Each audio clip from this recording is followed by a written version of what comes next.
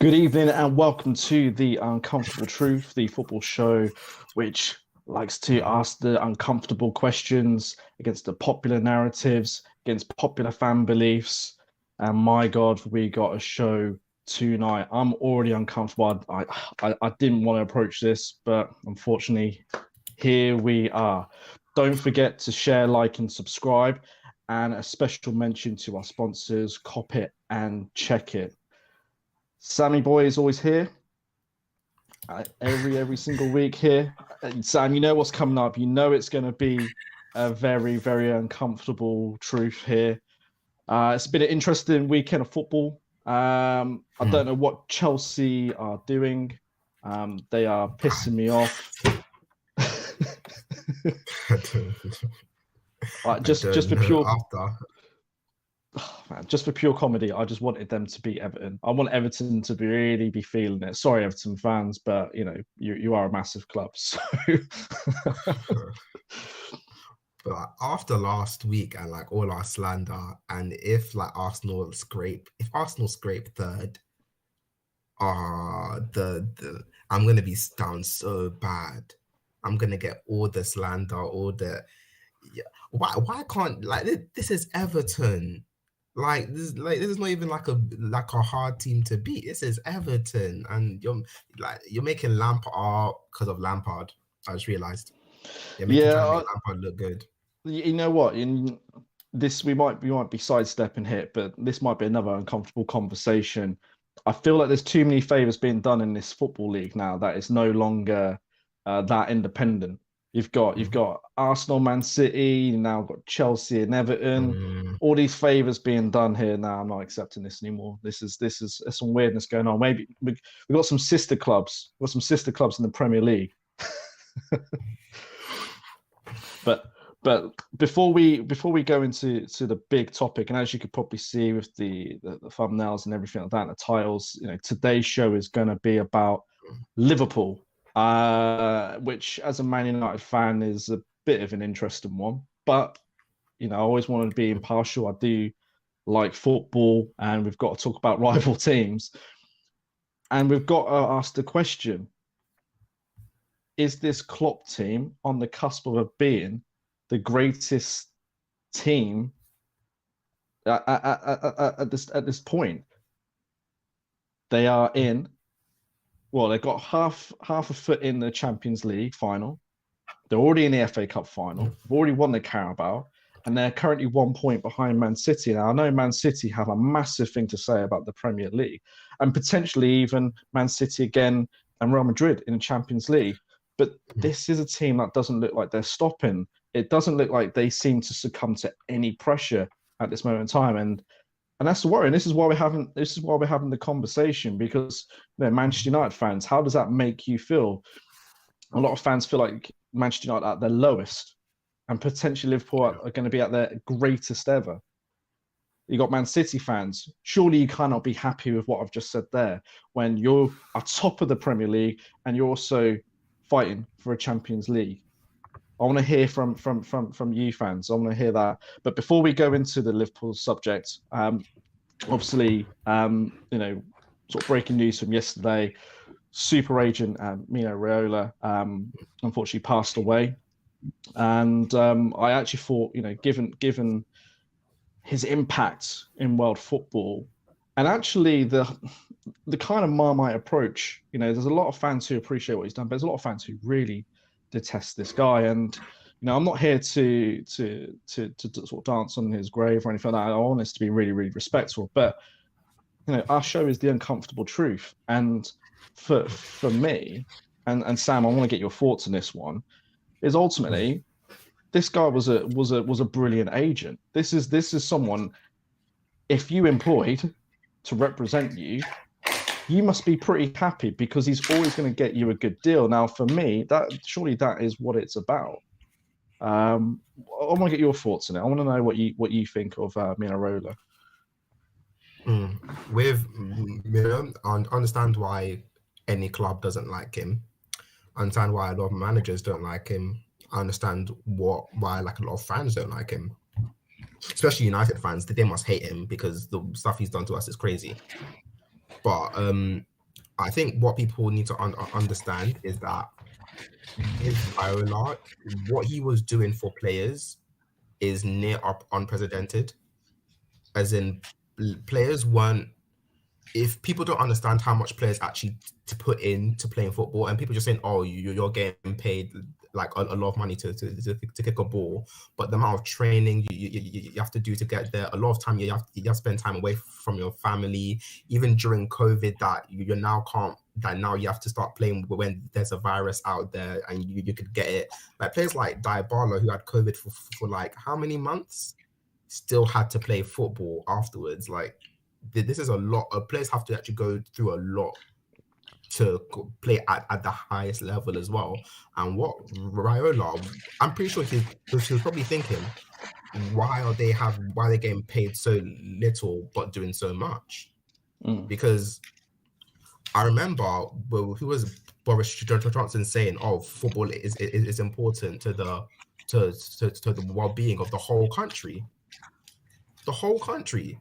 So if you're literally having the whole responsibility of like the mental health of your country, then of course you should be getting paid hundreds of thousands. That's that's ludicrous if you're not. So I think what Raiola did was try to put the players first and let them be treated like more than just people to watch on TV. Like they're actual people with actual lives and have sacrificed a lot to be here.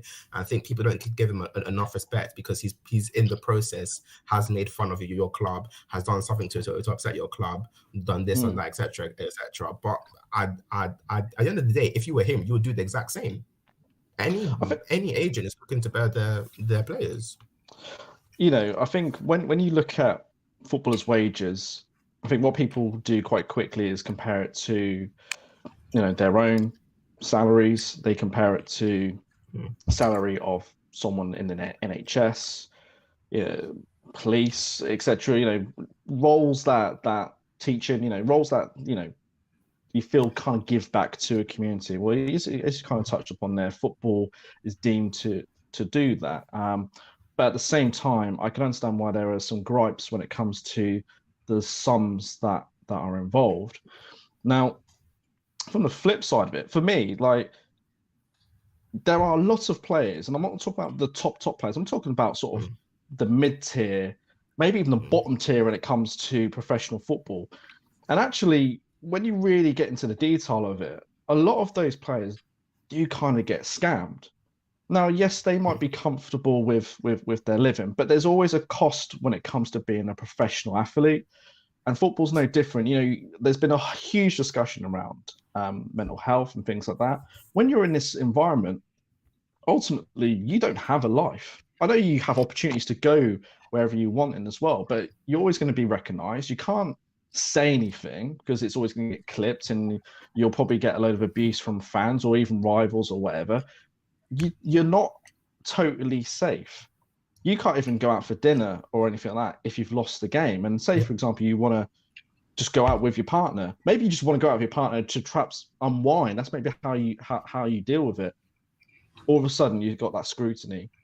One of the things that really sort of sprung to mind, and I am talking extremes here, but this is like Michael Jordan on The Last Dance. And you saw the fact that he couldn't even leave his hotel room. His life was a hotel room. Yeah. He couldn't even go out for a cheeseburger because he was so famous that everybody wanted to take a picture of him. And don't get me wrong, that's great, that love, but sometimes you just want that me time. And if people forget that when it comes to football is not exactly a lifelong profession. It's finite, and that could even be shorter through injuries. And I think Raiola with his clients. And don't forget, these are supposed to be the biggest like footballers in the world, sort of thing. He's accepting that status and saying, well, hang on, you're saying that these guys are the best. You're prepared to put them in front of a camera for everything so the club can make money. Yeah. Don't forget, it's not like the club aren't making money. Clubs are regularly making money. And he's just trying to balance the scales a bit. Now, don't get me wrong, am I in favour of an agent cap or a salary cap? Of course I am. But at the same time, he's playing within the rules. And for me, if he's playing within the rules and he's getting these clients what they want, then what is the issue? Now, I wouldn't be complaining if that was for me. You wouldn't be complaining. And I don't think anybody who's watching this, if they had Raiola as their agent, if they went into their jobs tomorrow and gotten 10 times the salary that they're on, I don't think anybody would be complaining. And if you do, then you must be very holy. You must be very holy. But for me, it is a shame because I feel like there is a big character in football that's lost. This was going to be an individual involved in some big transfers. Paul Pogba is likely to leave Manchester United. It was going to be interesting to see who was going to go, PSG or Real Madrid.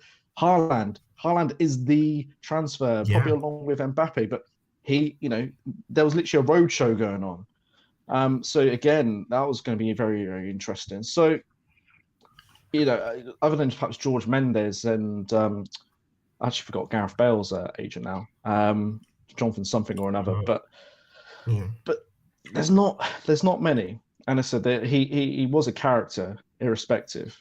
Bit naughty, bit sneaky. And they said if you supported football clubs, he'd absolutely piss you off. I'm not going to sit here and be like, oh, Raiola's never annoyed me. The last time that he chirped up was the Champions League, just before the Leipzig game. Oh yeah. And you're thinking, what are you doing? What are you doing? So there are pros and cons to him, but I think overall, he just looked after the people that employed him. It's as simple as that. But it'd be good to, guys. It'd be good to get your thoughts and get the likes in. Do you find Raiola to be one of the greatest super agents going, or of all time? I know it's George Mendes, but hit that like if you agree with that one. But I thought it was only fair to talk about it. It literally just happened yesterday, the breaking news in terms of him passing. And we want to talk about this, but here we are. Liverpool. Can we stay on Raiola because this topic's a bit. I don't know how to feel. Guys, don't forget to hit that StreamYard link. We are looking to do call-ins again. If, as said, there's going to be a lot of rival fans that are going to be a bit anxious about this whole subject. There might be some Liverpool fans that are pretty giddy about it. But have your say, get on the phones. And I said, Liverpool. So is Klopp going to be building the greatest team here, Sam? They are still, the quad is still on.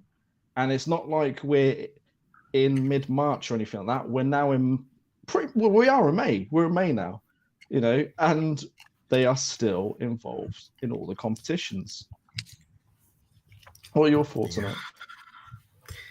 Firstly, I'd like to say I'm still back in my yellow submarine to help me just get just one more time, just please, just one more masterclass in Europe, and please just kick them out, because this is annoying. This is upsetting to see. I don't want to see all this Liverpool quad stuff.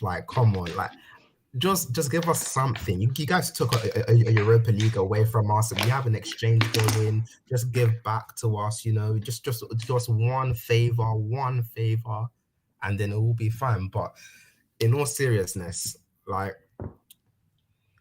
it's what Liverpool have done this season. Whether they do get the quad or not, you can't discount it, because to be able to compete on all four fronts, no other club has done that.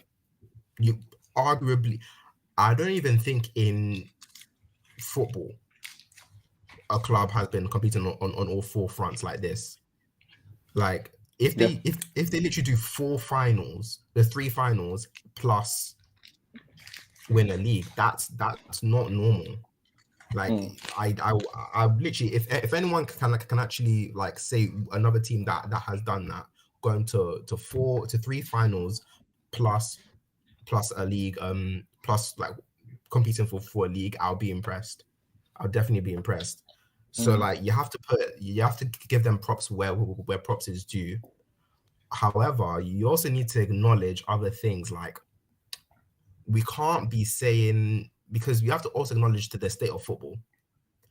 The state of football right now is so like the amount of top teams has just depreciated a lot. Barcelona have only just recently started coming back up. United, let's not even talk about United because they're so down bad, it's crazy. Like this is going to be United's worst ever season. Even if they win all their next games, this will be United's worst season during the Premier League era. Like that's insane. And then you've got the fact like Chelsea, I don't know what Chelsea are doing. One season they're now winning stuff. Next season they're buying Lukaku who can't score. I don't know what's going on over there, but they're not managing to sustain a level of competition on all fronts, or even one front in some ways. And then like the only real top clubs, you've got your Madrid, you've got your City, and then you've got Liverpool. People are talking about Bayern Munich. Bayern Munich are gone. They're out of the question now. They're in a rebuild phase. It's over for them. Like we really have to start thinking about like this could possibly be one of the best teams ever. Not even just like English teams, best teams ever. Maybe not on player quality because we've had some ridiculous players in the past, but based on what they are doing and what they are achieving, this might be the greatest team we've ever seen. Well, this is the thing, and this is what it's got to. And Liverpool fans who are prepared to be honest, they got to a point supporting Liverpool, where essentially they became what I like to call Abu fans. Abu, anyone but United, where they would literally hope and pray that these teams would do the dirty on Man United, so they didn't have to see us getting all giddy and jumping for joy and well, actually, to be honest, we didn't really rub it in the face. We didn't give a shit, but they hated it. They really hated it. Now it's flipped. It's flipped, and now I've become an able fan. Anyone but Liverpool, and as you said there, we're praying that Unai Emery does something absolutely mad. I'm not sure where 3 goals and a clean sheet may come from, but do you know what I mean? But it's got to that point. It's got to that point that you're hoping that Chelsea wins an FA Cup. Like this is, I'd rather just switch off the lights and I don't know, join Elon Musk and go on the Mars mission. Yeah. The Premier League is already sick enough as it is, and I don't mean sick in a good way. I have to watch Man City or Liverpool fight it out, literally looking like they're getting 90 plus points again. Neither of them look like they're even blinking in terms of, it's just like, what is going on here? Like, fair, trying to be sort of really middle ground about it, fair play to him. But at the same time, I don't want to see that. I don't want to see that. And on top, and to compound the issue, as you said, this is Man United. It's probably lowest ebb. This is probably going to be Man United's lowest points tally ever. Yeah, it's going to be joint lowest with 0 trophies, not even a community shield.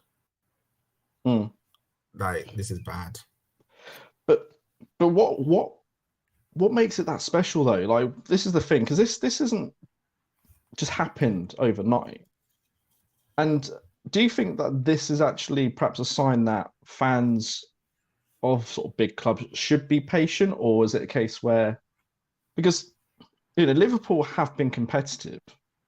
If you think was it 2017, 2018, possibly even 2018, 2019, where they were fighting out with Man City, 98 and 97 points respectively. I was arguably one of the greatest Prem title challenges of ever. So it's not like they've not really done anything into this season. They've kind of been pushing and pushing, and now they have upped the ante, and then they're not throwing cups, are they? That's what they were doing before. They were throwing cups, Yeah. because they didn't have that squad. They seem to have that squad. They rotate as well. You still get people like James Milner playing. Oh, Their backup keeper is all of a sudden playing more. Kelleher. Oh, Kelleher is playing better than what Alisson was in the League Cup final. He's getting that tune out of his squad players. If Mane and Salah were out, you would still be worried because they'd have Jota and Diaz and people like that. It's they're building even this team. Origi. Yeah, he's I've never known such a moment's clutch player. That guy is that guy's put on ice. He's put on ice. I haven't seen this guy for a year, and then they just bring him out. They roll him out, and he just gets his obligatory goal, and then there's a little winner, and then just disappears again.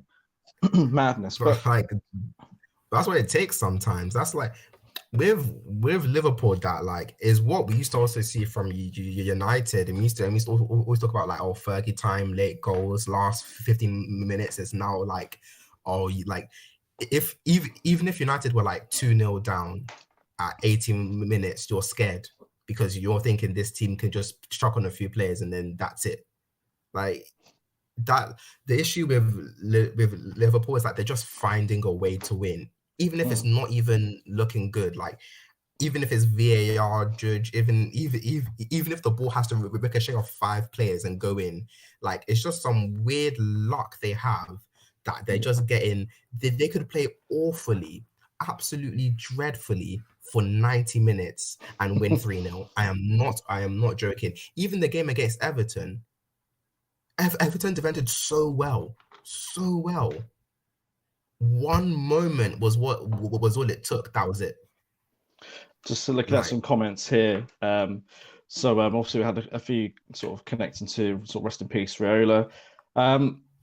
This is an interesting one from Ruben. Is it better than Man United 08? I don't know. Well, Ruben, it'll be actually interesting to get you on because I've seen a few comments from yourself here. I got another comment. Man said greatest bear mans are cheats. Well, it'll be interesting to get your thoughts on how they're cheats because that just sounds like sour grapes at this point. Greatest, what have they won? A UCL and a Prem and a Carabao. City's top of the league for me. City also favourites for UCL. So yeah, and then you got finally, you don't become the greatest just by being in the fight on all fronts. You need to win first. And yeah, I do wholeheartedly agree with that comment. But that's why I said on the cusp, because they are likely to be favourites for the FA Cup. They have 1 foot out of all the teams that are still involved in Champions League. They are the closest to the final. And they are only 1 point away from Man City. We're talking somebody drawing, being the difference here. Literally being the difference with 4 games to go. I think they're on course to win. Let's get to like, if they win all their games, you're looking at 95, 94 points. And I'm being told that we are in one of the most competitive Premier League seasons ever. It's getting stronger and stronger. And yet these teams are still getting 90 plus points. The fact remains is Man City aren't involved in all the trophies. Liverpool are. Man City probably weren't even at this point when they were being told and hyped up for the quad. As I said, we are now in May, people, and Liverpool are still fighting on all fronts. They're already in the FA Cup final. They are likely to be in the Champions League final, and they are still only 1 point behind Man City. And all it takes is Pep to do that Pep thing. Pep put out a crazy team, and it could unfold. It could unfold. You just don't know. Now in the league, I've probably got more trust with them with that, but it has happened every year. So the conversations there to be had.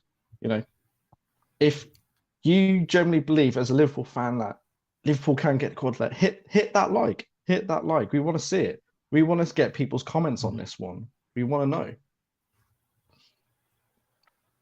Like, yeah. the thing is, like, Liverpool is just like, oh, it's painful as well because, like, with City, I understand that City have been dominating this league, but like you have to look at City in the same way you kind of maybe above, but you have to look at them in like a similar vein to how you look at Arsenal. Like in domestically, they're amazing. Domestically, absolutely brilliant. When they get into Europe, it's not the same. Like they've been knocked out by the likes of Spurs. Like you've been knocked out by Spurs, you've been knocked out by Lyon, you've been knocked out by like all these different clubs. Like you made the final, and like you had like they had everything in their favor, everything in the superior team, the superior the what's it called, the superior manager. Like you just won the league. Yep.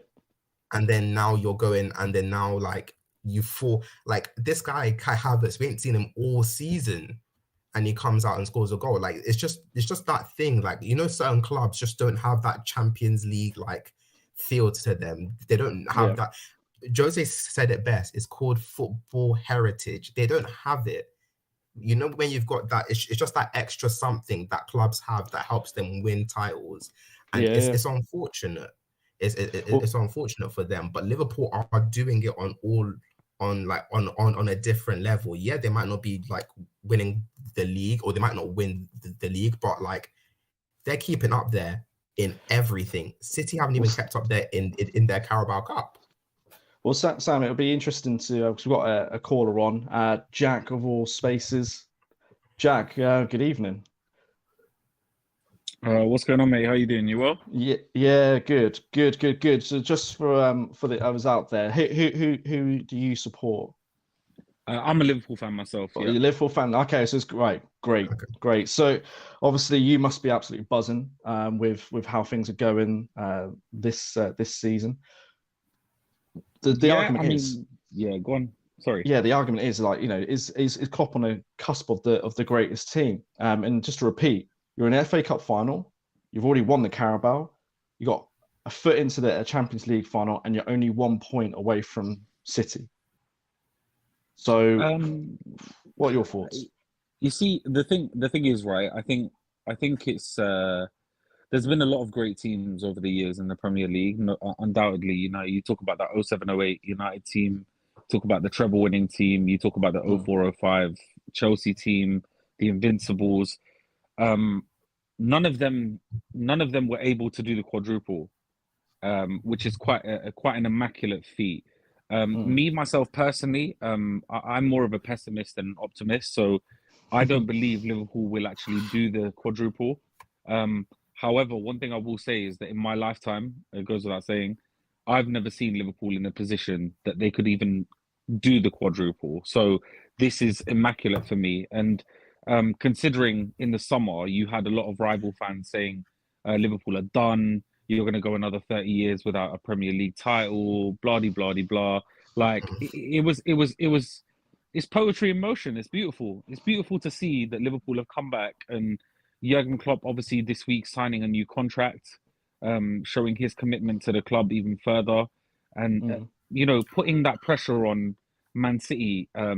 I think if Liverpool don't win the league this season, I can sit here and say that, you know what, I'm going to be honest. At the start of the season, I actually had Liverpool finishing third.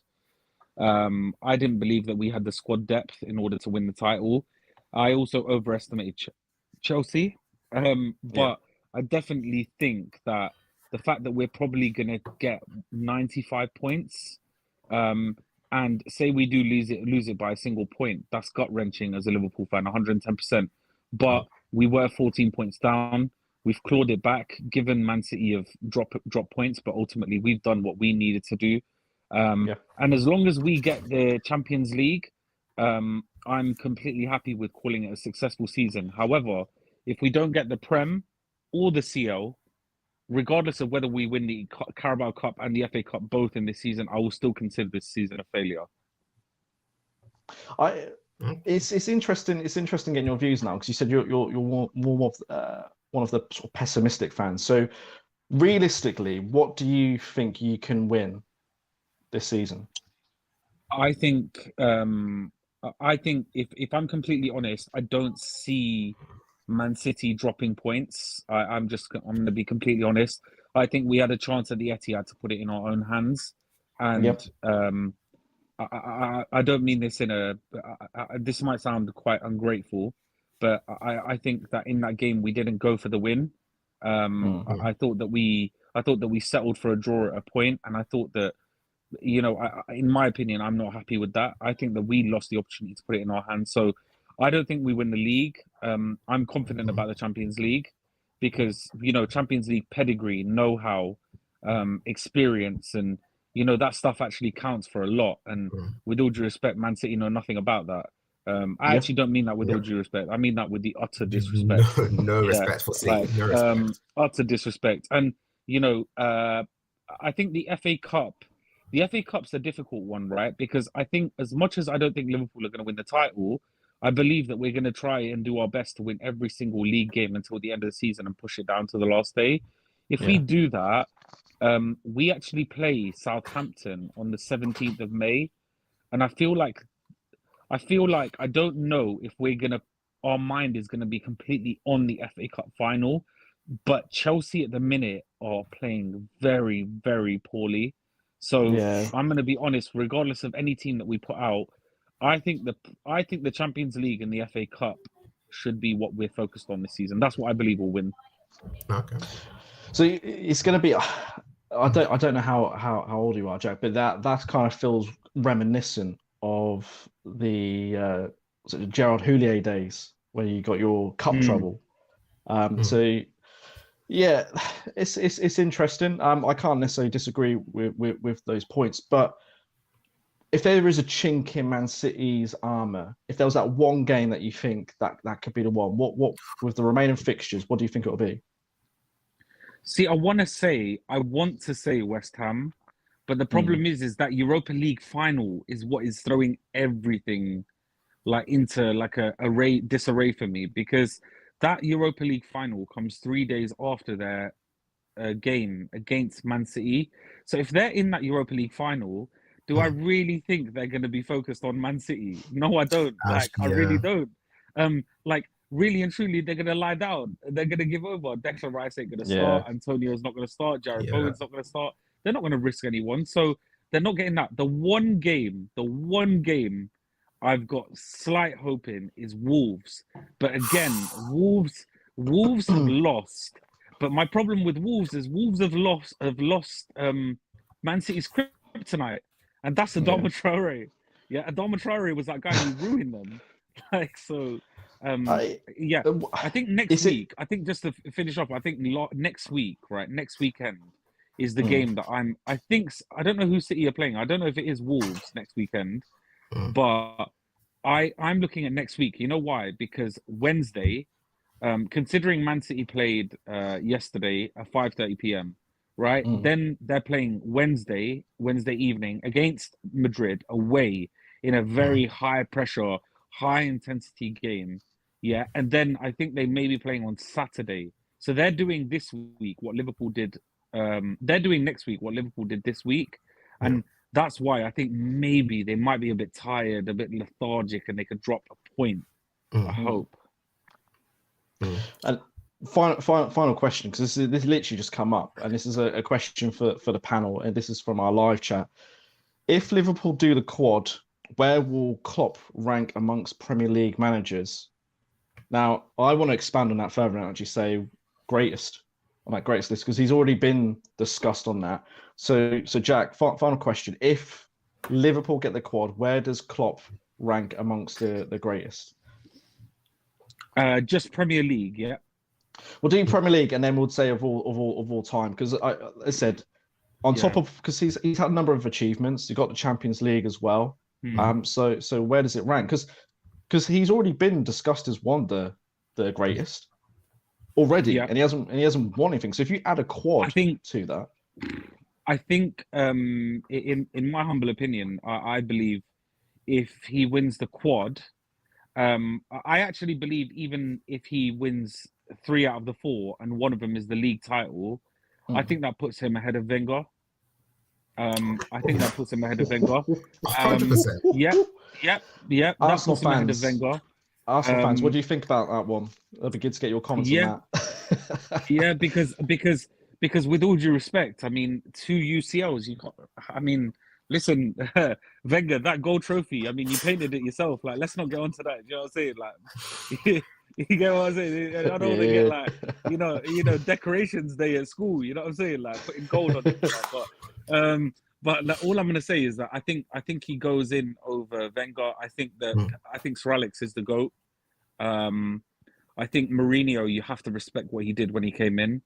And Pep, I think that it's difficult. I think if he does the quad though, he has to go into top 3 unanimous in terms of Premier League, and then all time people will use revisionism. I'm 27. I'm almost 28 myself, so like I've seen a lot of football.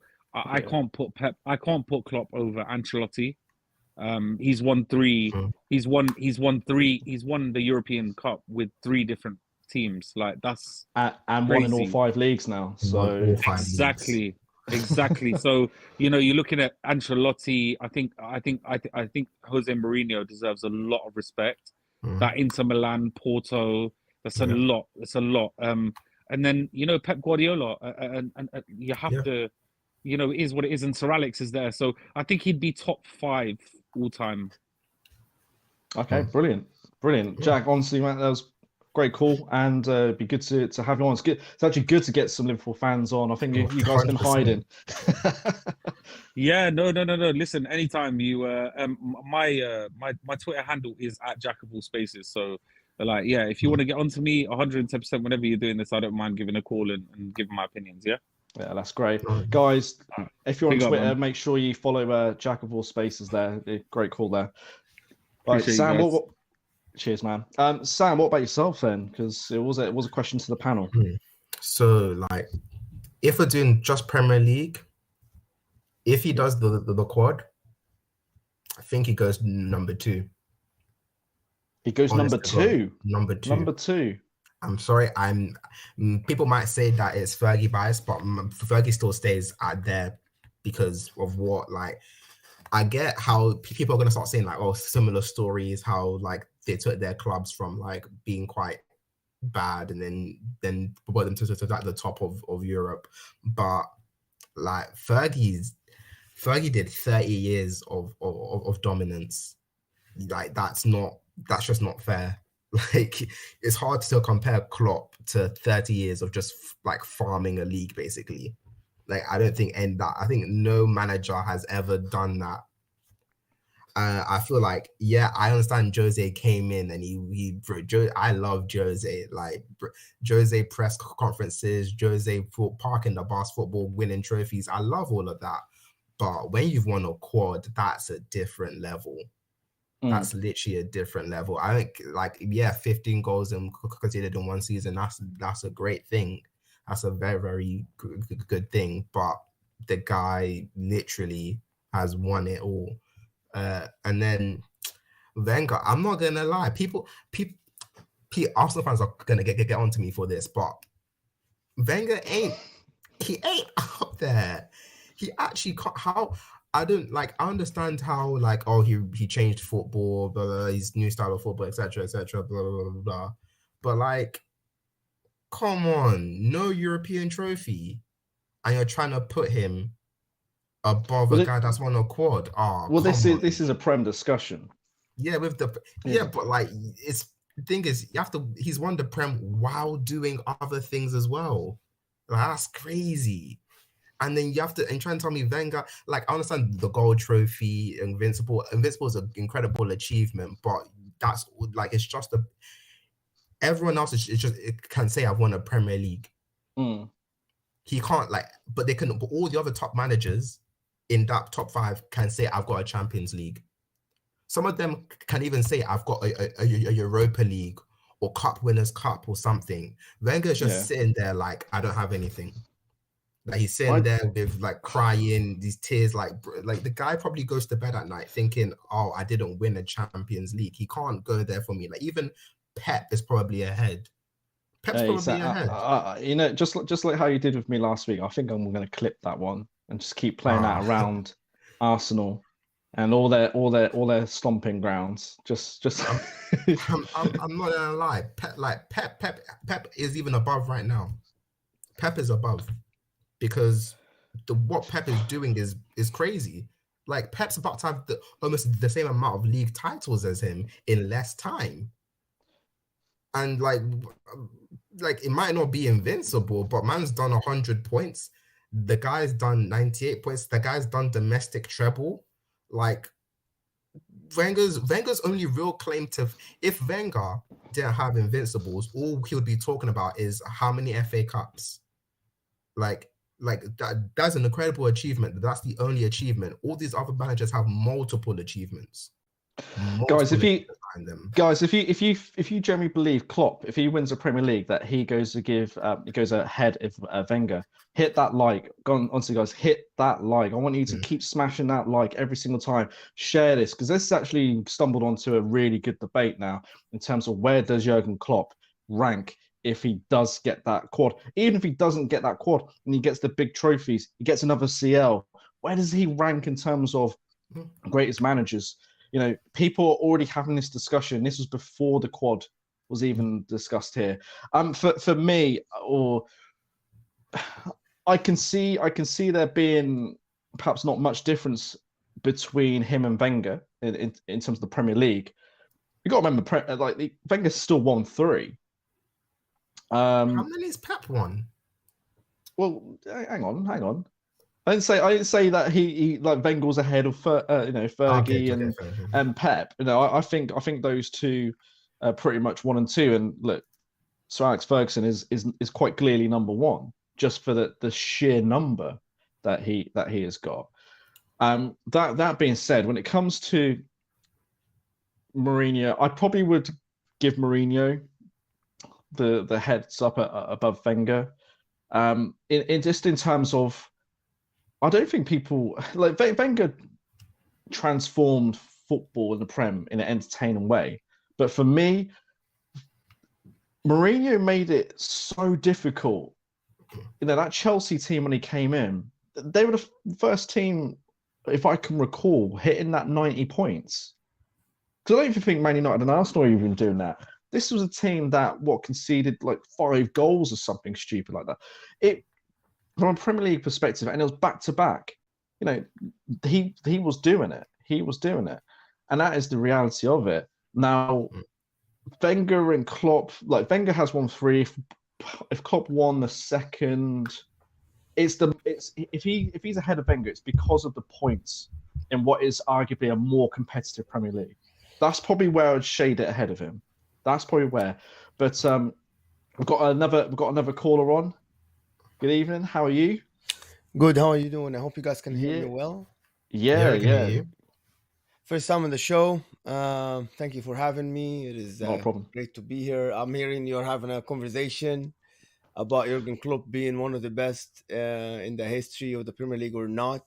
So shoot your question because I got a long thing to say, but shoot your question and I'll answer your question. No. You're the caller. You've taken the time to come to us. So let's hear your point first of all, and then any questions from that we'll definitely ask you. Listen, it's as simple as if Jurgen Klopp wins the Champions League this year and wins the Premier League, this 5-6 years that has passed us, they will be remembered as Klopp's era. I know we're talking about Pep's era because he's dominating the league. However, we will remember that Jurgen Klopp won 2 Champions League and 2 leagues in like 5 years. This is the thing. However, if Pep wins the league, and it's very controversial what I'm going to say, if Pep wins the league and Jurgen Klopp wins the Champions League, in 10 years' time, we will remember this as Pep's era. Because in the Premier League, one of the strangest competitions in the world, the leagues in the world, is the Premier League. People always remember that league titles. They don't remember Champions Leagues. They always remember league titles and how many league titles you won. And that's because I remember 10 years ago, people in the English media, they cared more about the Premier League than actually the Champions League. It was always you win the league is better for you than the Champions League. But then came Pep and then destroyed that because he just dominated the league and people want to just break that dominance. And this is why people like Jurgen Klopp, they want to have somebody in that contention with Pep Guardiola because it's not good for the league to have one manager making a system that works every game against 17 teams, which is what Pep Guardiola did in Bayern Munich and he did in Barcelona. And he actually, like, people think that he bought that squad. Yes, he spent good money, but he didn't go and buy. Now they're buying Haaland, right? When he bought Mahrez, yes, he was the best player in the league. But Kevin De Bruyne coming from Wolfsburg, what's his name? Diaz coming from Benfica, Bernardo coming from Monaco. These are people not coming from Van Persie, coming the best player in Arsenal, going to Man United. This is not what he did. This is not what happened in Bayern when Matt Hummels went from Dortmund, the captain of Dortmund, going to Bayern Munich. This is Pep making a team together, making a machine, like it's like a winning machine, you know, that works against 16, 17. This is why this guy, everyone in the media they want another manager to be in that era. They don't want this era to be only Pep Guardiola. Yeah. And Mohamed, which club do you support, just out of interest? Because you've come in for really I don't support good. any club in the Premier League. Oh, okay. So I support Inter Milan since 1998, but I'm a Premier League fanatic since I was a kid. So since Man United have the sharp on their, if you guys remember that, I'm not sure how old are you? Bro, I wasn't alive for that. Was it say was that Ronaldo that sort of lured you into Inter Milan at that point, or? Well, it's a mix of two players. It's Baggio and Ronaldo, because I started watching actual football in 1994, and then in 1998 when broadcast was made available to countries other than the country that the league is in. Like back in the days in 1994-95, you can only watch Premier League highlights on TV. But then in 98, Serie A came available, and then I looked for the two players that I liked the most, and it was R9 and Baggio, and both of them were black and blue. So I'm like, okay, this is my team then. Hey, I grew up watching Football Italia and Football Gazette, one of my favorite shows, football shows ever. But yeah, so I get it. And naturally, Serie A at that point and for a good few years was probably the best league.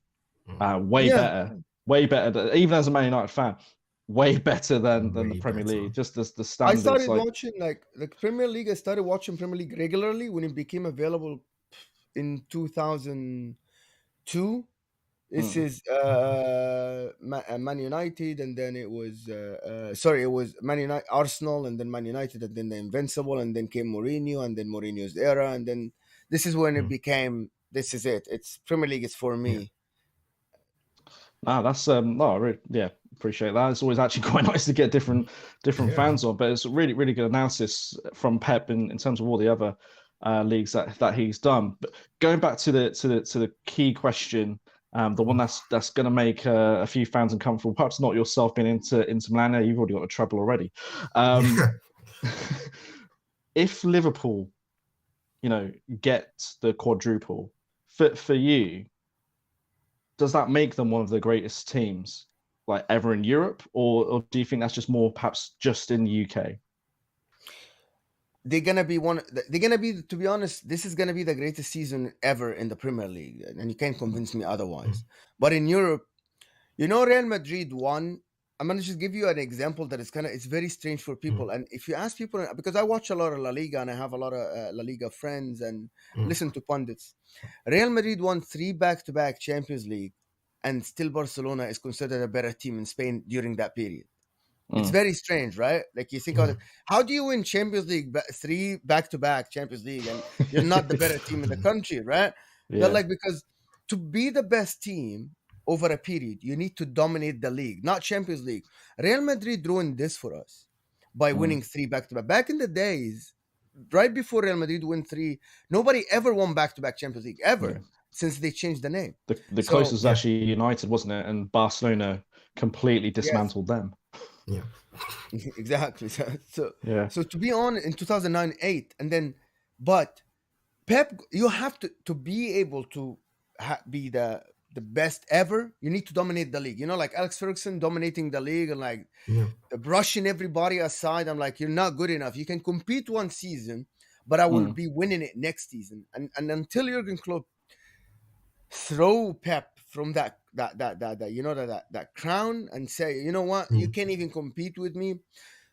I think it's still gonna be a two clubs era. It's gonna be Klopp and Pep's era. You can't convince me otherwise, because winning the quadruple is winning the FA Cup, winning the Carabao Cup is different than actually winning a 2 or 3 back-to-back leagues, because winning the league it requires a system that doesn't fail. It requires a machine. Thomas Tuchel and Di Matteo won the Champions League. I'm sorry, Wigan reached the final of the FA Cup. Yeah. Leicester, when one of their worst, like this is not the Leicester that won the league, still won the FA Cup. But to win the league, you need to be a machine.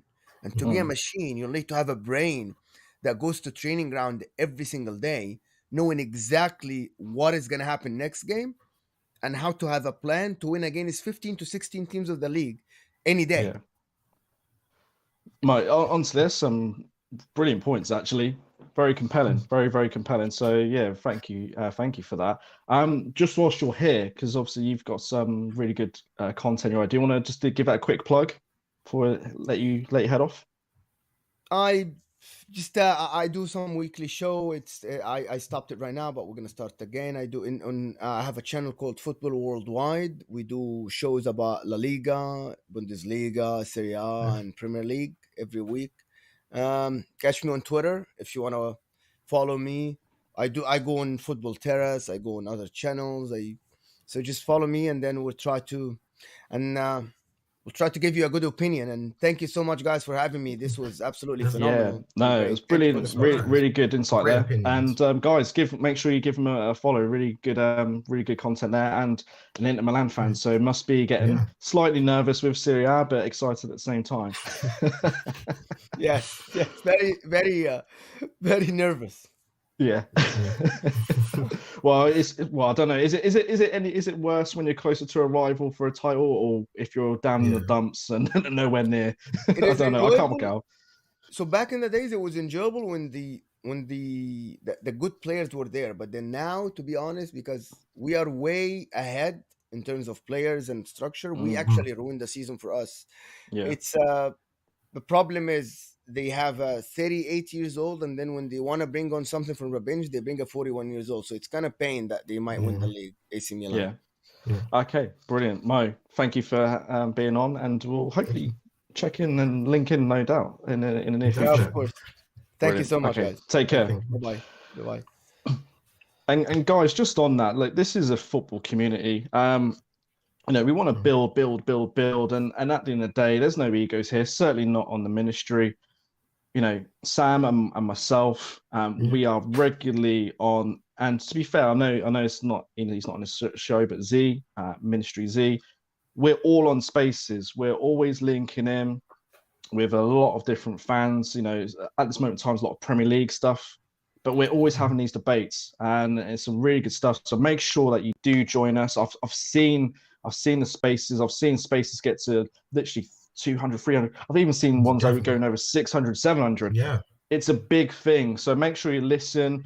If you're interested in having that debate, don't be afraid to, hit the speaker button and have your say. But we are on there. We're on IG. Myself, Jinky knows, Sam, who I got to say, Sam, you're not even following me. So I don't know what that's about. I feel like there's some rivalry going on. Not? I'm pretty sure I feel like this is some Biggie Tupac thing. That's how it starts, and then I'll be on a different channel, slandering you or something like that. Guys, don't be like me. Follow him. I'll do after the show. Or don't be like me. Like I'm down bad. Like I don't even know how they even happen. Here's the hashtag. Don't be like Sam. Okay. Make sure you follow everybody. It's a community. We want to see everybody's thoughts on the older Twitter sphere. At Doctor Who Sam 7 and myself at Jinky Knows, and don't forget Ministry Nets. So yeah, guys, honestly, keep it growing. Hit that like, hit that subscribe, keep sharing it, because you've had the callers on. We really want to hear different points of view. I was even thinking the way that Mo was thinking. But you know what? It was brilliant, really compelling. Actually, both calls, to be fair. Jack too was really, really good. Definitely. Sam, what are your thoughts as we look to sort of wrap this one up? I feel like both calls have like given me new perspectives on it, especially like on the point of like, if you don't dominate your league, no one really like says that you're the best in your country. Like like that point of Real Madrid won back-to-back Champions Leagues, and no one was saying this is the best team. Like Barcelona were actually just like crumbling slowly, and then like 2 seasons afterwards they completely capitulated. But everyone was still saying that's the best team in Spain, and then you have this team that's literally beating everyone in Champions League. And I kind of understand how that works, because with the Champions League, although yes, it's the highest honor, it's still a cup competition, knockout rounds. So you might not go up against the best teams. In a league, you have to face everyone. You're literally like, you're going to face everyone, and you have to be consistent in like, for example, even if you talk about like the like any season, you can talk about like a lot of seasons. You could talk about Liverpool winning the Champions League last time. They can go 3-0 down to Barcelona and then just put out a masterclass next leg and go for 4-3 up. Like, you don't have to be consistent. You can have some teams have intentionally like bottled games to keep their league form, and then knowing that the second leg they can come back and just like win. Like that kind of, and that's like why I actually think, maybe if Klopp is not dominating the league enough and he's only winning the Champions League, he'll be said to be a great manager, but I don't think he reaches that upper echelon of like, this is like the managers. Granted, but on the flip side, you can also say you have to also dominate Europe as well. Like, there's a reason why there's a reason why Arsenal gets slandered every day. There's a reason why like people laugh at City, especially against the stunning miss against Lyon, because when you can't win a Champions League, that says something, you know. It says something, because it's that little bit of like, it's an element of luck, but it's also like your manager, and like, it's just like the manager stepping up when you need them to, and just getting it over the line sometimes. That's actually very, very important for a club. And I think, to do it all on all fronts, that has to be it. Like, even in comments, some people are saying, it was good, it matters. The Champions League matters because it's the best teams in Europe. You won't always face the best teams in Europe, though. You might find yourself facing some scrubs. Like, no offense, not to disrespect any team, but that made a Champions League, because you have to be there to win it. But you'll find a team that's probably like doing like 8th or 7th in their league, and on. Didn't Chelsea win a Champions League and come 10th? Or something dumb like that. Whoa! No, I wouldn't say 10th, but it was very Liverpool-esque. 2005, like you can do very badly in your league and still win a Champions League, and you don't have to face every good team to be there. To be there, like, you might not face Bayern Munich, you might not face a United, you might not face a City, but you can still make a Champions League final. You might only have to beat 2 good teams, and that might be luck. So you don't play every team there, unless we now start doing the Super League or the new Champions League format, which you're going to have to face a lot of teams. But so far, it's a knockout round. You're not facing everyone. So winning a cup, is a lot of credit, but also winning a league shows a lot more consistency. Yeah, and I think that's a really good place to probably end it. You put that pretty beautifully. I've just completely slandered you on Twitter, just so you know. And we're gonna see if Don't Be Like Sam, we can get that trending or something like that. But no. You brought it on yourself. Yeah, I did. I did, didn't I? I did. But guys, this was a really, really good show. Really good to see some interaction on the live chat. Really good calls that came in. That expanded my mind, and that's what we're here. We're here to get that education. plenty more material to come next week. As I said, don't forget to hit that like button. Don't forget to follow us. Don't forget to follow the callers. I'll make sure I send a tweet out of who those guys were. And yeah, enjoy. Well, for those in the UK, enjoy your bank holiday. For the rest of them, enjoy the rest of your weekend. And take care. And we'll see you next week. All the best.